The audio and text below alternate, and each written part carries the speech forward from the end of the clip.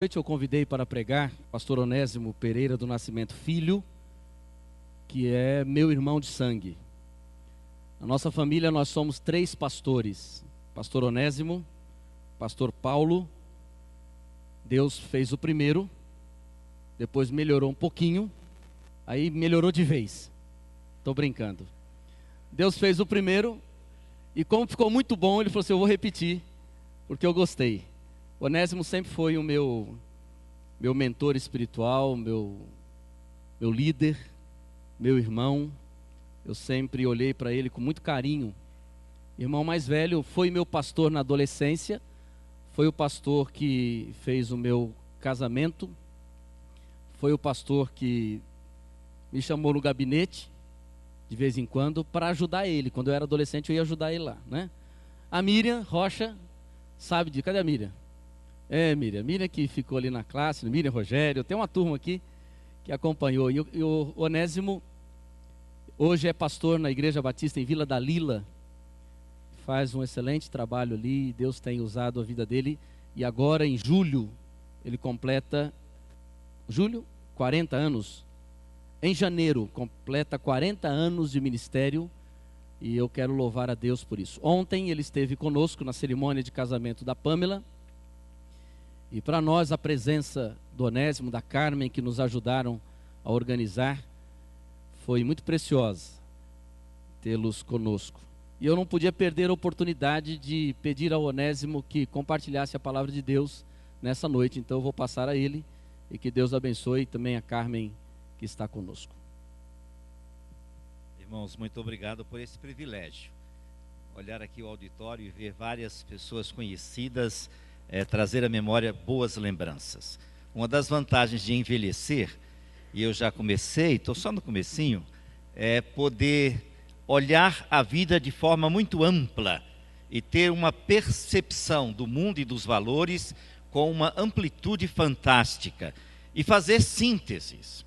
Tanto que eu estava ali sentado e fui olhando aqui algumas pessoas e me lembrando, e eu fiz uma oração a Deus: Senhor, não me deixe perder o foco. Não me deixe perder o sentido do que quero fazer aqui nesta noite, porque entendo que o Senhor mandou fazer isto. E eu estou então com esta autodisciplina. Eu quero primeiro agradecer a vocês a bênção de tê-los como parceiros lá na Espanha. Há um tempo atrás, pastor Irismênio Almeida e a Sônia Lula Almeida telefonaram pedindo para se tornarem membros de nossa igreja. E logo o Irismênio, que acompanhamos tantos anos juntos lá em Brasilândia, disse: pastor, nós queremos ir para a Espanha. Eu disse para eles o seguinte: então não venham para a minha igreja, porque eu estou numa igreja pequenina, orçamento apertado, e dificilmente a minha igreja vai investir em vocês para irem à Espanha. E eles disseram: mas nós não estamos pensando em dinheiro, nós queremos o seu pastoreio. Eu entendi, eles foram para lá. Começamos uma caminhada, e foi uma caminhada impressionante, porque eles conquistaram o coração da igreja, a igreja conquistou o coração deles, e Deus foi trabalhando estas coisas.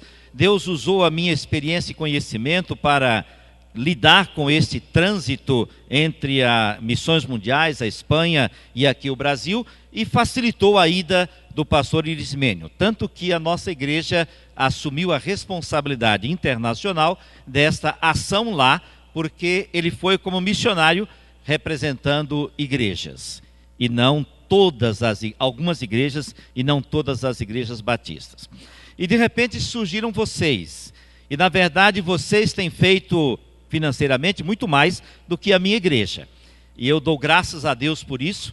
O Irismênio está lá, a Sônia, os filhos estão fazendo uma obra de valor, e eu entendo que Deus está preparando um terreno, porque a primeira motivação foi capacitar pessoas para evangelizar na Europa e também na África e países ali em torno desses outros países citados. O pastor esteve lá há poucos dias, e os irmãos naturalmente têm muitas informações, mas eu não poderia deixar de agradecê-los por este envolvimento em uma obra que nasceu no coração de Deus.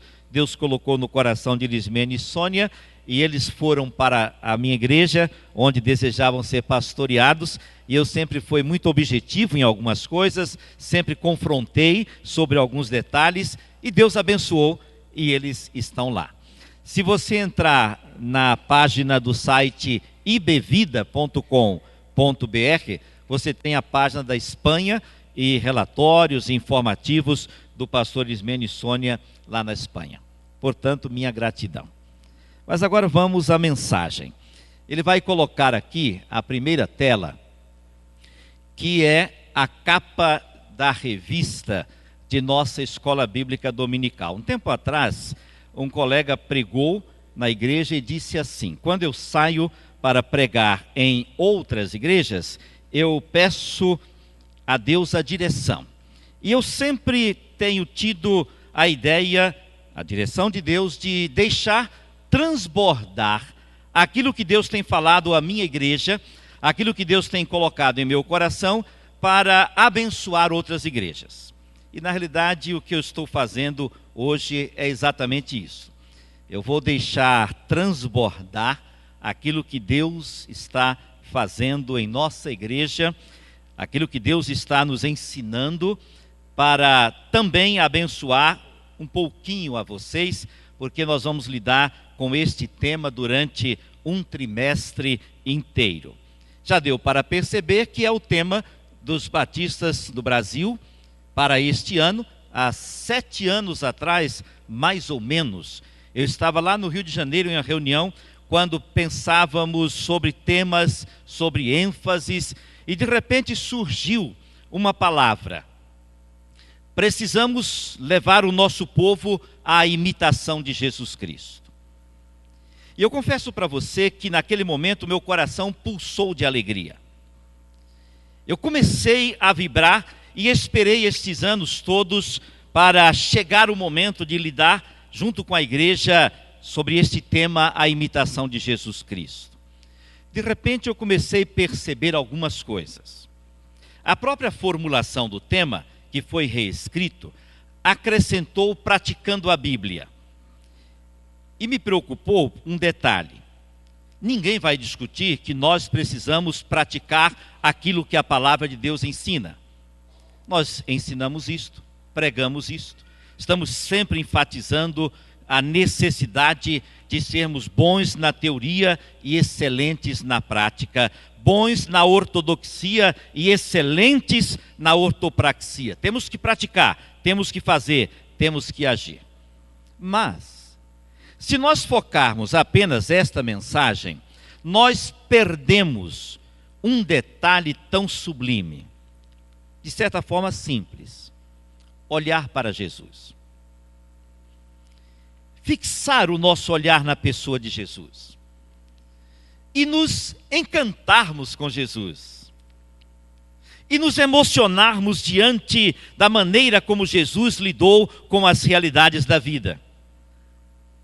E encantados, sentirmos aquela vontade lá no fundo do coração de imitarmos Jesus. Por isso esta foto com membros da minha igreja, que naturalmente para vocês é difícil ver e identificar, mas são exatamente membros da minha igreja, marcou a capa de nossa revista, produzida pela própria igreja para o trabalho local, para identificar que nós somos um povo que queremos estar juntos e queremos imitar a pessoa de Jesus Cristo. À primeira vista isso parece simples, mas não é tão simples assim. Domingo passado, eu preguei lá em Mogi das Cruzes. Usei o tema que vou usar hoje com vocês. Acabou o culto, o irmão me procurou e disse: pastor, eu ouvi, entendi, fiquei a meditar sobre um detalhe. Há um tempo atrás, a nossa igreja precisou tirar moradores de um prédio, um local onde funcionou uma congregação. E eu recebi a tarefa de ir lá e resolver isto. E eu fui. Me revesti de coragem. Lidei com as situações das pessoas que estavam ali. E alguns eram usuários de crack, outros eram traficantes. E eu precisei me revestir de coragem, e eu fui lá e exerci a minha autoridade, fiz o meu trabalho e removi todas aquelas pessoas, e a igreja pôde vender o patrimônio e entregar para a pessoa que havia comprado. Mas hoje, Deus tocou a minha mente e me fez perceber uma falha. Eu me preocupei em resolver o problema, em ajudar a igreja a entregar o patrimônio a quem havia comprado. Mas eu não olhei para aquelas pessoas em suas necessidades. Esta semana, eu quero dedicar um tempo a ir àquela vila, procurar alguns daqueles homens e de alguma maneira tocar a vida deles com a compaixão de Jesus. Eu vibrei, porque é exatamente isto. A gente começa a pensar sobre a pessoa de Jesus, e o Espírito Santo vai nos incomodando, e nós tomamos a decisão de agirmos da mesma maneira como Jesus agiu. E aí então pensamos sobre seguir os passos de Jesus. Jesus andou por toda parte fazendo o bem. Uma expressão que está em Atos 10, 38. Uma ideia que você já conhece. Em 1886, olha, faz muito tempo, Charles Sheldon escreveu um livro seguindo os seus passos. Aqui no Brasil, o livro foi editado em seus passos que faria Jesus. Aquela primeira edição, contando a história de um pastor que desafiou a igreja a durante um ano perguntar, diante dessa situação, o que faria Jesus? Como ele agiria? Quais seriam os sentimentos de Jesus? Qual a percepção de Jesus sobre isto? Que decisão ele tomaria? Que faria? E a narrativa vai mostrando a luta de alguns irmãos que aceitaram o desafio e começaram a fazer a pergunta, encontrar a resposta e fazer exatamente aquilo que entenderam que Jesus faria. O que eu acho interessante na história contada por Sheldon é o fato de que nós podemos estar muito envolvidos em doutrinas, estaremos certos. Nós podemos estar muito envolvidos no nosso modo e jeito de fazer as coisas e até em nossa tradição, em que estaremos corretos. Mas, irmãos, vamos confessar, muitas e muitas vezes nos falta chegar em nosso canto de oração, falar com Deus, olhar para Jesus, contemplar a pessoa de Jesus, e nesta conversa com Deus, resolver as questões mais profundas de nossa alma e as questões do nosso dia a dia.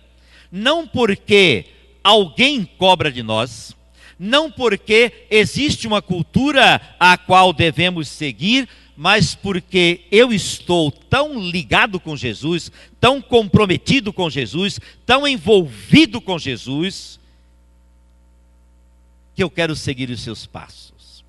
E você sabe que nesta sociedade tão diluída como a nossa, líquida, como dizem alguns, nessa sociedade que perdeu os seus referenciais, os seus pontos de apoio, os seus valores, uma das tremendas necessidades do Brasil hoje é de modelos, é de padrão, é de pessoas que saibam por que estão aqui, saibam para onde vão, saibam por que agem do modo que agem e saibam que um dia vão se encontrar com Deus e Deus vai julgar os atos e a nossa resposta como vida será diante dele o nosso Criador. Então, se cada pessoa parar e fizer isto, nós teremos algo interessante. Recite comigo o texto básico. Dá para ler? E nisto sabemos que estamos nele. Aquele que diz estar nele, também deve andar como ele andou. 1 João, capítulo 2, versículos 5 e 6. Vamos repetir?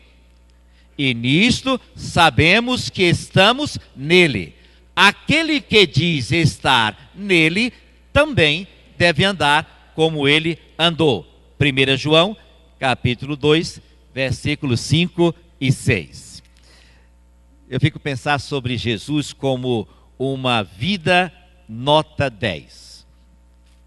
E você poderá dizer de imediato: é fácil. Jesus era divino. Para ele, muito simples. A pastoral do nosso boletim hoje tem o seguinte título: Jesus e a falta de dinheiro. Porque se eu colocasse Jesus e o dinheiro, todo mundo já iria imaginar o que eu ia dizer.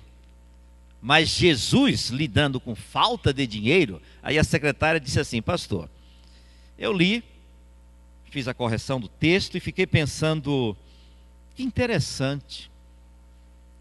Eu nunca imaginei Jesus, um ser divino, tendo que lidar com a falta de dinheiro. Da mesma forma que eu lido com falta de dinheiro, disse ela. Se você quiser ler, depois no site você encontra. Eu não vou agora citar tudo lá, senão o sermão é outro. Mas o que eu quis mencionar é este fato. A gente sempre pensa em Jesus como um ser divino, que não lidou com dificuldades, e deixamos de perceber aquele homem como um ser humano que esteve entre nós, que lidou com tentações como eu e você lidamos, que lidou com o cansaço, que lidou com as tristezas da vida, que lidou com problemas e dificuldades, que teve que enfrentar toda a gama de situações, mas ele se colocou diante de Deus com a disposição de obedecer a Deus. E eu descobri que Jesus tinha uma prática. Ele não ia às bibliotecas fazer pesquisas, o que é extremamente fantástico fazer uma boa pesquisa. Ele não ia auscultar os pensadores da época para tirar as suas conclusões. Ele não ia ver como estavam as realidades sociais para depois deduzir um caminho. Jesus fazia duas coisas. Jesus colocava o seu olhar nas pessoas. E Jesus se dirigia a Deus, o Pai. O irmão já percebeu como muda a situação do momento? Quando a gente que vem cheio de pensamentos sobre uma pessoa, sobre uma determinada situação, e às vezes até uma ira no coração, e eu vou fazer isso, eu vou fazer aquilo, e a gente está todo motivado a algumas atitudes, mas quando a gente para e olha olho no olho, e começa a perceber a alma do outro, a gente começa a ter algumas mudanças de atitudes. Porque Jesus lidava com pessoas. E Jesus amava o ser humano como pessoa. E Jesus entendia o coração de Deus em relação a uma pessoa, quando olhava para a pessoa, em sua realidade. Por isso que pensar em imitar a Jesus, é necessário que nós nos lembremos do que Paulo disse em Filipenses 2, 5 a 10. Que a gente tenha o mesmo sentimento que Jesus Cristo teve. Que deixou a glória, se fez homem, habitou aqui entre nós e foi até a morte, morte de cruz. E Paulo diz que nós devemos ter o mesmo sentimento e pensar no outro como alguém que é muito melhor do que nós somos. Não por aquilo que ele é, nem por aquilo que ele faz, mas por Deus, que é Criador e Senhor sobre aquela vida. O sentimento de Jesus. Kagawa, cristão chinês, certa ocasião declarou: nós cristãos devíamos ser pequenos cristos. Uma ideia interessante. Evangelho de Mateus, de Marcos, de Lucas, de João. Mas eu garanto que o seu vizinho precisa do evangelho que tem o seu nome. O seu parente precisa olhar para você e encontrar em você uma revelação de Deus. O evangelho para o seu parente vai ter o seu nome. Aí quando a gente para e pensa nisso, logo vem uma inquietação. Como é que as pessoas estão nos vendo? O que elas estão entendendo sobre Deus, sobre a vida, sobre salvação, sobre o Espírito Santo, sobre pecado, sobre morte, sobre eternidade, sobre céu? O que elas entendem? Simplesmente pelo fato de olhar para nós. Fica a pergunta. Já falamos sobre o Sheldon. E esta é a pergunta que estamos acabando de fazer. Que tipo de representante de Jesus nós somos perante os nossos entes queridos? Qual a fidelidade da tradução que representamos da vida que Jesus viveu aqui na terra? O tipo de vida que ele tenta viver em e através de nós. O que eles têm em nós é uma tradução fiel ou mutilada? Aí agora a gente deixa de lado todas essas traduções, NVI, Novo Testamento na linguagem de hoje, e a Bíblia do homem, a Bíblia do executivo, a Bíblia da mulher, e lá vai um monte de Bíblia aí, com tantos textos de ensino e de apoio fantásticos para parar e pensar o seguinte: eu sou uma pessoa que estou no meio da sociedade, vivendo entre meus parentes, vizinhos, e Deus espera que elas encontrem em mim o endereço até Deus, até Jesus. Nisto sabemos que estamos nele. Aquele que diz estar nele também deve andar como ele andou. Está meio pequeno aí, mas nós vamos considerar lá em nossa igreja esses aspectos. Jesus dá ênfase a um novo estilo de vida, Jesus compassivo, Jesus valoriza a humanidade, Jesus toca nas pessoas, exalta os que servem, o Filho do Homem vem buscar e salvar, revela Deus, Jesus fez distinção entre pecador e pecado, incluiu todos sem preconceitos, mas eu quero hoje destacar apenas um detalhe deste Jesus fantástico que é o nosso Cristo. Ele foi compassivo, chorou. Versículo tão pequeno, Jesus chorou. Não uma emoção expressa sem que refletisse o que está no profundo da alma, mas uma emoção sincera, cheia de significado, diante da morte de Lázaro, seu amigo. Diante de Marta e Maria, eram 3 irmãos. Jesus costumava chegar à casa deles e ficar hospedado com eles. Havia intimidade, havia uma perda, havia um corte, uma ruptura. E Jesus, olhando para Marta e Maria, sentiu o que elas estavam sentindo e Jesus chorou. Jesus expressou uma profunda compaixão. A palavra compaixão, ela vem de um significado que diz sofrer junto com. Também pode significar ter paciência com o outro. Diante da realidade dele, das emoções, dos sentimentos, das atitudes, ter paciência para com ele. E eu então destaquei: a compaixão nos impulsiona a ir onde está a dor, a entrar nos lugares onde existe o sofrimento, a compartilhar o quebrantamento, o medo, a confusão e a angústia. E quando você passa a mensagem dos evangelhos e se lembra da história de Jesus, você logo tem muitas e muitas e muitas imagens daquelas histórias de atos de Jesus diante da pessoa em seu sofrimento. A compaixão nos desafia a clamar com os que estão na miséria, a chorar com os que estão em lágrimas.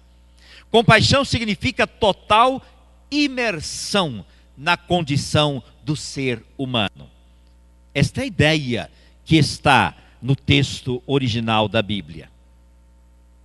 Um Cristo que não ficou distante, que nem estava alheio, que não era indiferente, mas que se envolveu, que chegou perto, que colocou a mão na massa, que lidou com o outro, que ajudou a pessoa na sua realidade, que procurou erguer o homem de sua miséria e redimi-lo para fazer dele um novo homem. Esse é o sentido de compaixão.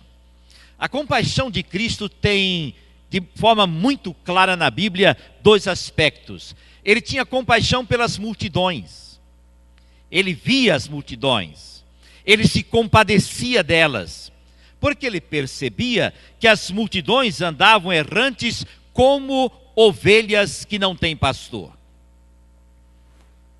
Como é que você olha a massa humana que se locomove diante de você? É algo fantástico, algo que impressiona milhões, bilhões de pessoas. E a gente tendo que estar no meio de toda esta massa humana, só que de repente, nós estamos tão distantes, tão indiferentes, tão alheios, até porque o volume de informação é tão grande que a nossa alma não consegue lidar, então nós preferimos estar distantes e ser omissos. Mas Jesus disse: a seara é muito grande, os trabalhadores são poucos, roguem a Deus, Senhor da seara, que mande trabalhadores para a sua seara. Interessante observar isto. Quando Jesus percebeu as multidões errantes como ovelhas sem pastor, imediatamente ele pensou em uma ação. Vocês precisam se mobilizar e vocês precisam pedir a Deus que levante pessoas que ajudem esta multidão. Nós sabemos disso, estamos acostumados a lidar com esta verdade aqui. Mas, de repente, eu estava no meu gabinete lá em Brasilândia, chegou uma senhora e pediu uma ajuda. Ela precisava pôr comida em casa. E nós que lidamos com a sociedade, criamos alguns sistemas e nos escravizamos de algumas rotinas. E eu então disse àquela mulher que nós faríamos um levantamento sobre tudo aquilo que ela estava dizendo, e depois de confirmarmos aquilo que ela estava dizendo, providenciaríamos uma solução para a necessidade dela. Virou para mim e disse assim: pastor, muito obrigado. Deus há de levantar a solução em outro lugar. Virou as costas e foi embora. Nunca mais me esqueci daquele momento, porque eu errei. Eu não lidei com nenhum sentimento favorável à situação do momento daquela mulher. Eu apenas segui a minha rotina. Eu apenas cumpri aquilo que nós havíamos decidido no corpo diaconal. Eu pensei em formulários. Eu não pensei na fome de uma mulher e de sua família. Eu errei. E eu me arrependo disto.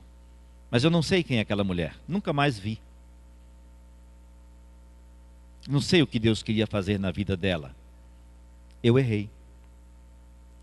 Eu errei porque eu não envolvi nenhum sentimento de compaixão para com aquela criatura. Eu estava lá no Rio Grande do Sul, no meu gabinete, chegou um homem com a sua mulher e a sua filha, e disse: pastor, eu já estive em tantos lugares buscando resposta para a enfermidade da minha filha, e me disseram que o Senhor pode resolver esse problema. E quando o homem contou a situação, a filha com esquizofrenia, eu disse: meu Deus, o que eu posso fazer numa situação desta?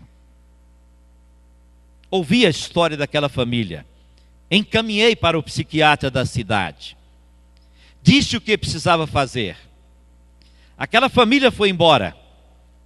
Tempos depois, lidando com algumas situações, eu me lembrei daquela tarde e daquela família, e a imagem deles volta à minha mente, e eu disse: meu Deus, eles já estavam desgarrados, eles já não sabiam o que fazer. Eles precisavam de uma resposta, e eles foram até ali em busca de uma resposta, e eu não consegui mostrar a eles a resposta que vem de ti. Errei. Errei porque fiquei pensando em teorias, porque fiquei pensando nas escolas que tratam da saúde, porque fiquei lidando com todo o meu conhecimento, e aquela família naquele momento estava precisando apenas de um olhar e de uma direção espiritual na vida. Jesus, quando olhava as multidões, ele focava o seu olhar em pessoas. Dar vista ao cego, curar o leproso, ressuscitar o filho da viúva de Naim, a parábola do filho pródigo que ele contou para falar de um pai compassivo. Eu não preciso contar essas histórias, eu imagino que vocês conhecem todas estas histórias. Mas em todas elas, o que nós temos é Jesus desviando o seu olhar da multidão, focando em uma pessoa e agindo sobre a vida daquela pessoa. O detalhe da parábola do filho pródigo é muito interessante. Aquele filho que volta, arrependido, para falar com o pai, e o pai que está sentado e vê o seu filho que vem de longe chegando, e o pai sai da vila, vai até lá para beijar o filho, abraçar o filho e entrar com o filho na vila. Sabe por quê? A cultura da época faria com que todas as pessoas olhassem aquele rapaz voltando e virassem as costas para ele. Ele sentiria rejeição, de pronto, de imediato. Ele teria que romper todas aquelas barreiras para chegar até o pai. Mas o pai, com o coração compassivo, se levanta, vai, caminha até lá, abraça o filho, beija o filho e entra na vila com o filho em seus braços.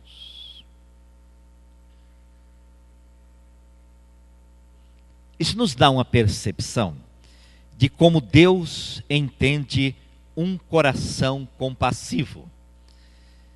Jesus, ao lidar com a realidade humana, o sofrimento, ele tinha esta natureza, este sentimento, uma compaixão que era particular e generalizada. É muito fácil dizer: eu amo os povos e eu quero a salvação das pessoas no mundo inteiro. De repente eu tenho do meu lado um coreano, e lá no meu prédio está cheio de chinês e coreano. São Paulo agora é assim. O comércio está sendo invadido pelos estrangeiros. Mas eu não consigo expressar para aquele estrangeiro que está ali o amor de Jesus. Porque eu tenho dificuldade de lidar com esta realidade, de que ao mesmo tempo que eu olho as multidões, eu preciso olhar para a pessoa que está à minha frente. E naquele momento, eu sou representante de Deus aqui na terra, e Deus quer que eu mostre a esta pessoa, naquele momento, naquela circunstância, quem é Deus. Não sei se você já ouviu, alguns aqui conhecem, Margarida Lemos Gonçalves, aos 85 anos, agora tendo uma fragilidade em sua saúde, tempos atrás, ela disse: não importa quais sejam as circunstâncias, o que importa é que, sejam quais forem as circunstâncias, através da minha vida, Deus, as pessoas consigam encontrar Deus. Eu e Carmen conhecemos Margarida muito bem de perto, bem de perto. Convivemos um tempo no campo, acompanhamos a história dela. Um dia eu estava na casa de Margarida e ela disse: nós só temos 1 litro de leite. Era ela e a missionária Benedita. 1 litro de leite. Um copo para ela, um copo para mim, um copo para fazer queijo, a nata para fazer manteiga. Hoje nós temos que dividir com o Senhor para que também tenha o leite. E Margarida continua lá no Tocantins, há muitos e muitos e muitos anos, fazendo aquilo que um dia ela entendeu que Deus mandou que ela fosse levar para as pessoas naquela região o Evangelho de Jesus, o amor de Deus. E lidando com a sua enfermidade, ela disse: o que importa é que, sejam quais forem as circunstâncias na minha vida, as pessoas, através de mim, cheguem até Deus. Ela entendeu essa ideia. A natureza da compaixão de Cristo, universalizada e não limitada. Jesus não selecionava pessoas. Nós lidamos com alguns problemas nas nossas igrejas. Quantas e quantas vezes nós discriminamos, selecionamos e escolhemos a quem nós queremos servir. E Jesus de repente vê que Zaqueu está em cima da árvore e diz: Zaqueu, desce depressa, hoje eu quero ir à sua casa. Você sabe que Zaqueu, coletor de impostos, não era bem quisto na sociedade. As pessoas olhavam ele com um olhar atravessado, porque ele estava ali cuidando do interesse do estrangeiro e não do interesse do judeu. E Jesus sabia de todas estas coisas. Que fez? Ele sabia muito bem que ir com Zaqueu até a casa de Zaqueu faria toda a diferença. E ele não precisaria usar nenhum argumento. Ele não precisaria usar nenhum outro pensamento. Bastava que agisse com um sentimento de amor e compaixão para aquele homem que, apesar de bem colocado na sociedade e lidando com muito dinheiro, era um homem rejeitado pela sociedade. Se você olhar bem o discurso nas nossas igrejas, muitas vezes vai ser para com aquele desvalido que não tem nada, e a gente então se movimenta cheio de compaixão para com aquele que é muito pobre. Mas na sua mesma cidade, você vai encontrar pessoas que lidam com muito dinheiro, mas que são tão carentes quanto aqueles.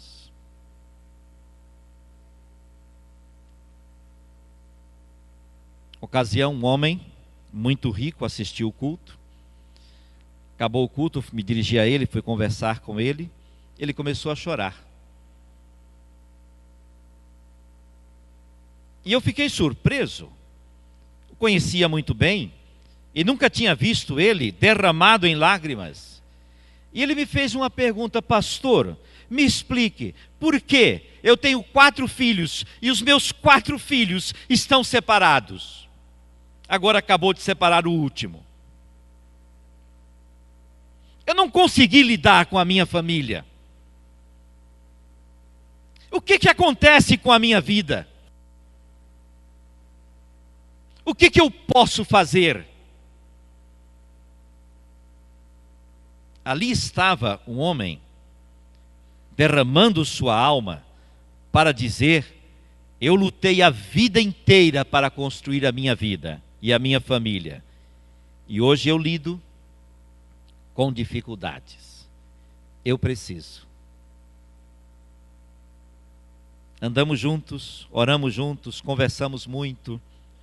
Está na igreja de Jesus. Eu preciso lidar com isto que vem de dentro da alma, que se externaliza, que se expressa de forma útil. É isto que a igreja precisa fazer. Transformar aquilo que sentimos na alma, entendemos ser vontade de Deus, em ministérios úteis. Vamos ler juntos? Já estamos indo para o final. Filhinhos, não amemos de palavra, nem de língua, mas por obras e em verdade. Aí é uma repetição, houve um erro. Filhinhos, não amemos de palavra, nem de língua, mas por obras e em verdade. 1 João 3, versículo 18. Pode passar. E agora, o que fazer? Pense nisso. A grandeza de um filho de Deus só pode ser corretamente medida quando comparada com a estatura e a grandeza de Jesus, que revelou plenamente o Pai. Não importa a sua posição na igreja, não importa a sua posição na sociedade, não importa quem você é neste convívio social. Agora nós estamos pensando, o que verdadeiramente importa é você diante de Jesus. E diante da grandeza de Jesus, você se tornar um como ele foi. Andar como ele andou. Viver como ele viveu. Até que ponto a vida que vivemos revela o Cristo que vive em nós? Uma dica: escolha uma pessoa, se é que você não já tem, talvez você já tenha, para que o ajude nesta caminhada orando por você. Tantas e tantas mensagens você tem ouvido e você precisa pegar o que Deus fala e colocar no seu dia a dia para que haja mudanças significativas no seu agir. Para que isso aconteça, você precisa de alguém que ande com você, que o ajude em oração, que o ajude apontando algumas coisas, alguns erros e falhas, e ao mesmo tempo mostrando como Jesus agia. E à medida que você for lidando com o exemplo de Jesus e lidando com as suas dificuldades na vida, o Espírito Santo de Deus vai modelando todo o seu caráter e fazendo de você uma pessoa semelhante a Jesus.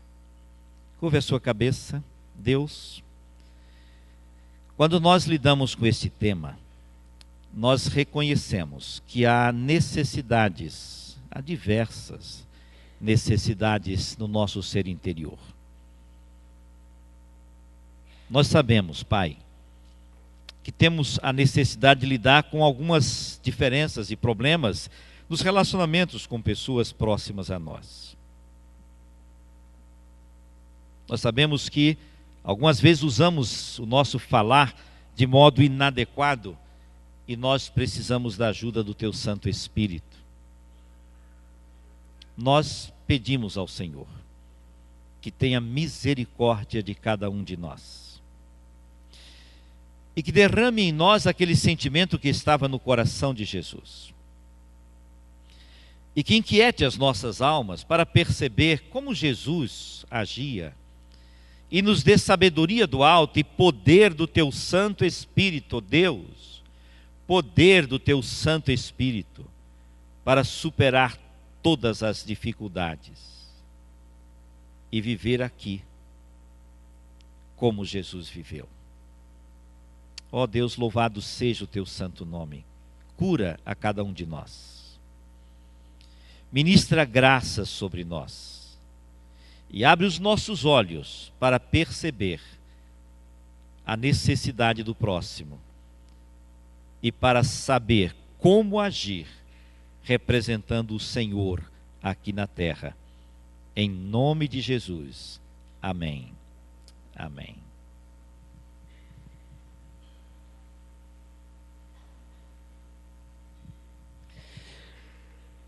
Nós vamos terminar o nosso culto encerrar cantando o hino de número 212. Eu vou pedir que vocês se coloquem em pé.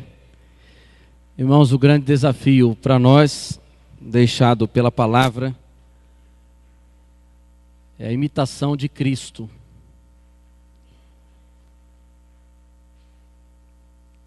Desafio da compaixão. O pastor Onésimo estava pregando e eu fiquei ali me lembrando. Nessa semana eu tive que vir na igreja um dia à noite.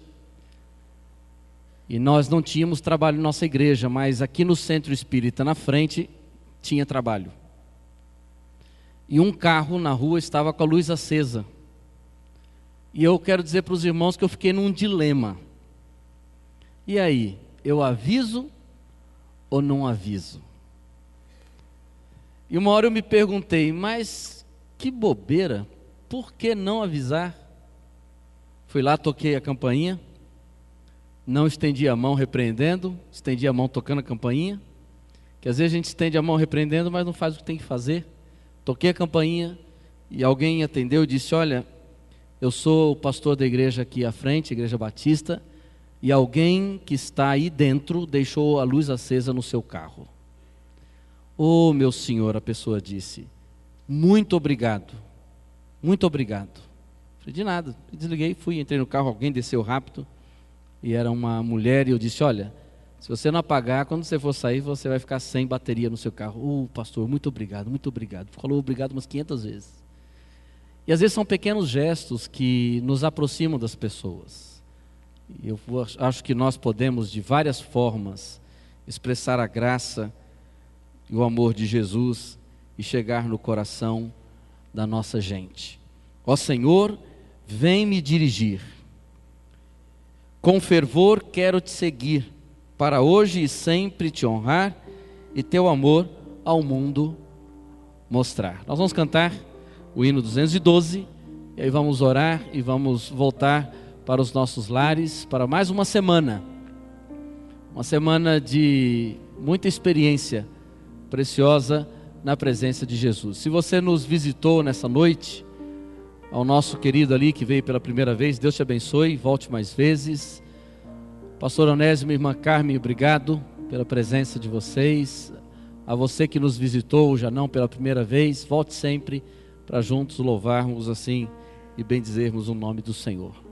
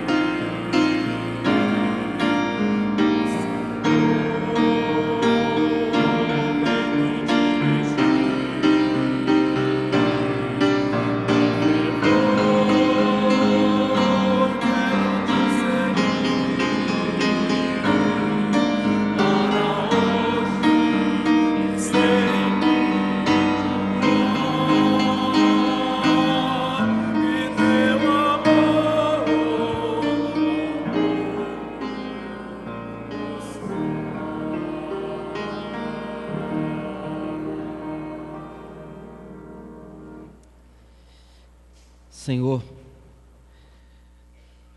nós te agradecemos por Jesus Cristo, nosso Senhor e Salvador. Por Jesus Cristo que se tornou para nós o nosso modelo de vida.